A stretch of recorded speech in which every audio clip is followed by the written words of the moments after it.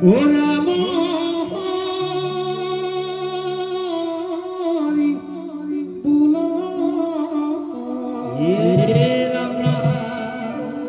এ ৰাম হৰি বুল মন কৃষ্ণ এ ৰাম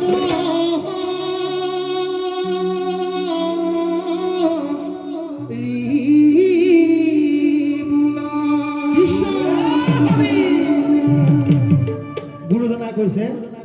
আমাৰ দেহৰ মাজত 10টা ইন্দ্ৰিয় আছে 10টা ইন্দ্ৰিয়ৰ ভিতৰত মনটোৱে হ'ল শ্ৰেষ্ঠ এই মনটো আমাৰ জলৈ তলৈ গুচি যায় যেনি তেনি গুচি যায় এই দুৰাচাৰ মনটোক বশ কৰিবৰ কাৰণে গুৰুজনাই কীৰ্তনত প্ৰহ্লাদ চৰিত্ৰত বৰ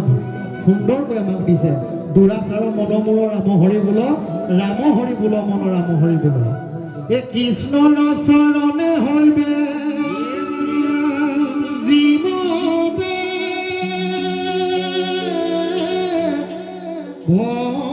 ভপতি কৃষ্ণ এ শুনা সাৱধানে তাক স্থিৰ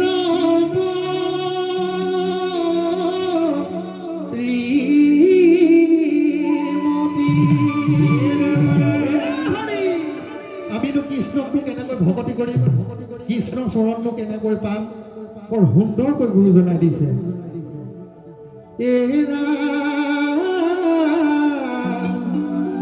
এ বিষ্ণু বৈষ্ণৱৰ সংগ লৈবা প্ৰথমতে এ গুৰু মানি শুশ্ৰূষাত ৰিমা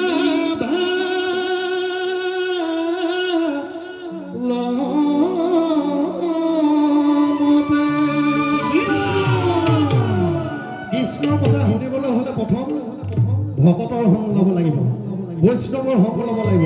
বৈষ্ণৱৰ সংগতহে প্ৰভু ভগৱন্তৰ গুণনাম চৰিত্ৰ শ্ৰৱণ কীৰ্তন কৰিব পাৰি শ্ৰৱণ কীৰ্তন কৰিবলৈ হ'লে আকৌ ভকতজনো সুন্দৰ হ'ব লাগিব যদি ভকতজনৰ কৰ্ম যদি অকণমান বিফল হয় তেতিয়াহ'লে প্ৰভু ভগৱন্তৰ গুণনাম গোৱা আকৌ কামত নাহিব গুৰুজনে এইটো কথাও কৈ থৈ গৈছে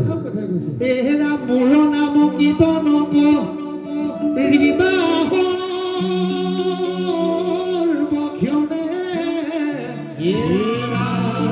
হৃদয়ত মোৰ ৰূপ চিন্তিবা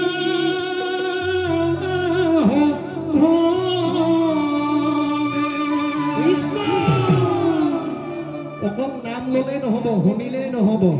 নাম ল'বলৈ হ'লে হৃদয়খন শুদ্ধ হ'ব লাগিব যাৰ হৃদয়খন শুদ্ধ হ'ব সেইজনে নাম ল'লেহে অকণমান তৰিব এইবোৰ আমি কোৱা কথা নহয় ভাগৱতত বৰ ধুনীয়াকৈ সন্নিৱিষ্ট হৈ আছে এইবোৰ কথা এই মোৰ যখ গায়া যিটো কৰে গীত নিত্য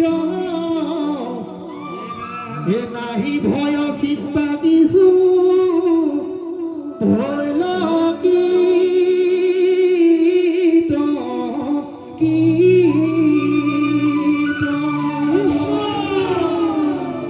যিজন ভকতসকলে মোৰ নাম গায় শ্ৰৱণ কীৰ্তন কৰি ফুৰে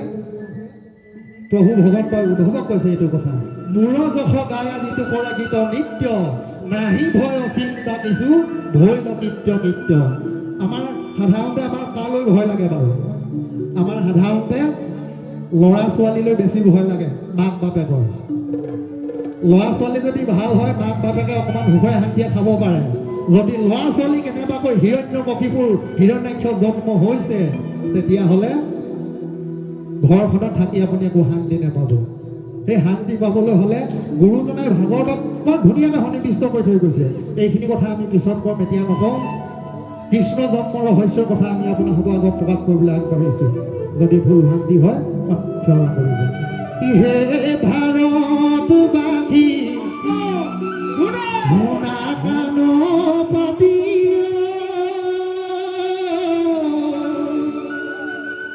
জগতৰ কৃষ্ণ এক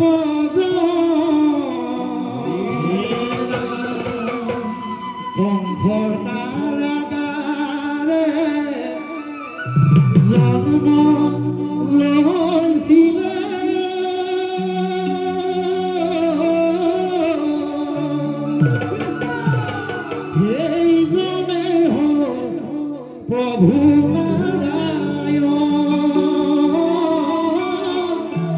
সেই জনতে লৈছিলো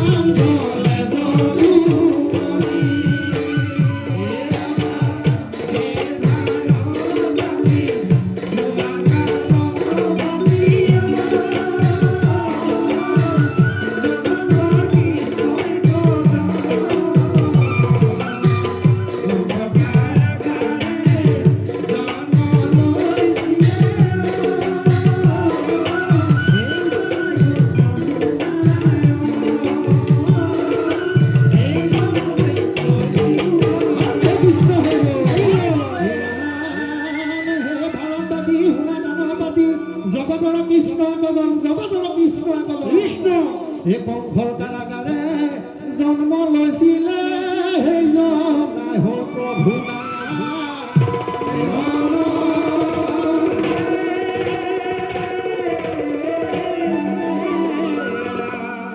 হে ভাৰতবাসী শুনা গানৰ পাতি জগতৰ কৃষ্ণ কজন কংসৰ কাৰাগাৰে জন্ম লৈছিলে সেইজনে হ'ল প্ৰভু নাৰায়ণ সেইজনত আমি লৈছিলোঁ হৰি কৃষ্ণ মাতৃ গৰ্ভত যেতিয়া পৰি আছিলোঁ সকলোৱে সত্য সত্য সত্য তিনি সত্য খাই আহিছে যে হে প্ৰভু এই হাত সাগৰৰ পৰা তুমি মোক উদ্ধাৰ কৰা পৃথিৱীত গৈ মই প্ৰভু তোমাকে ভজো কিন্তু এতিয়া কি হৈছে প্ৰভুসকল মায়া মাধুৰীয়ে পাই আমাক সকলোকে পাহৰাই পেলাইছে কৃষ্ণ প্ৰভু ভগৱানক ভজিবলৈ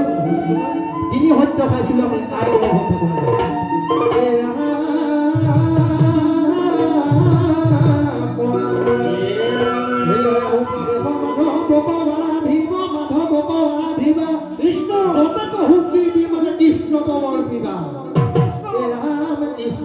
শ্ৰৱণতে শুদ্ধ হৈব মন শুদ্ধ হৈব মন সৰ্বদাই কৰিবে কৃষ্ণ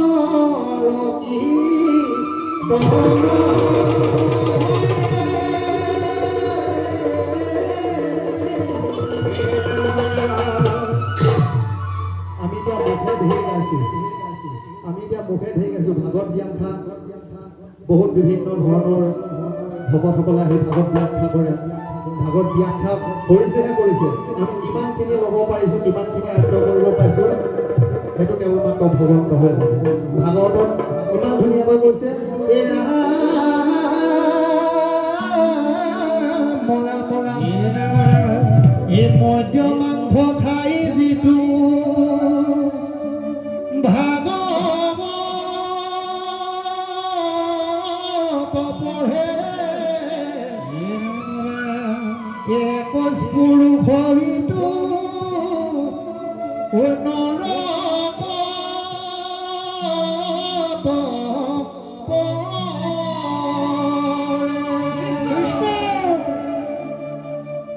ভাগৱত পঢ়িলে আকৌ একোজ পুৰুষ উদ্ধাৰ হ'ব লাগে কিন্তু কি বুলি ক'লে মদ্য মাংস খাই যিটো ভাগৱত পঢ়ে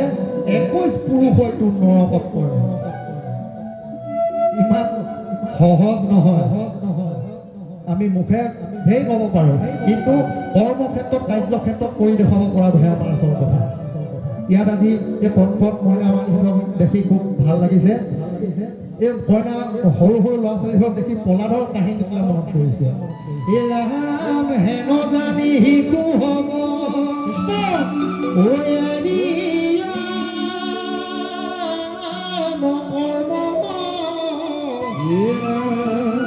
কৰিও কুমাৰ কালে ভাগৱত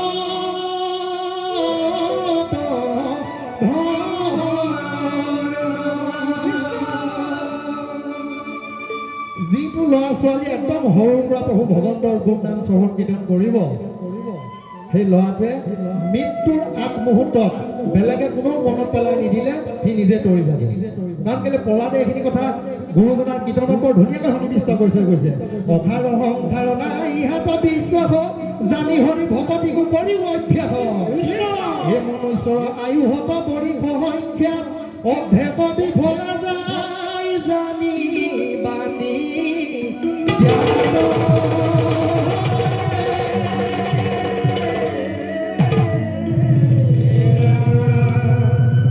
অসাৰ অহংকাৰ নাই ইহাত বিশ্বাস জানি হৰি ভকতিকো কৰি অভ্যাস ভকতি কৰিবলৈ হ'লে আমাক অভ্যাস কৰিবলৈ কৈছে অভ্যাস কৰিলেহে আমি ভকতি কৰিব পাৰিম মনুষ্যৰ আয়ুহতো বৰিষ সংখ্যা অভ্যাস বিফলে যায় জানিবা নিদ্যা প্ৰভু ভগৱন্তই জন্মগ্ৰহণ কৰোঁতে আমাক বিধিত কপালত লিখি দিলে মনুষ্যৰ জন্ম মাত্ৰ 100 বছৰহে সেইকাৰণে কৈছে মনুষ্যৰ আয়ু হত বৰিষ সংখ্যা 100 বছৰ অভ্যাস বিফলে যায় জানিবা নিদ্যা শুই থাকোঁতে 20 বছৰ গ'ল এই ৰাম বৰিষ বিংশতি যায় উমলন্তে নেওদশ বৰিষ ধনক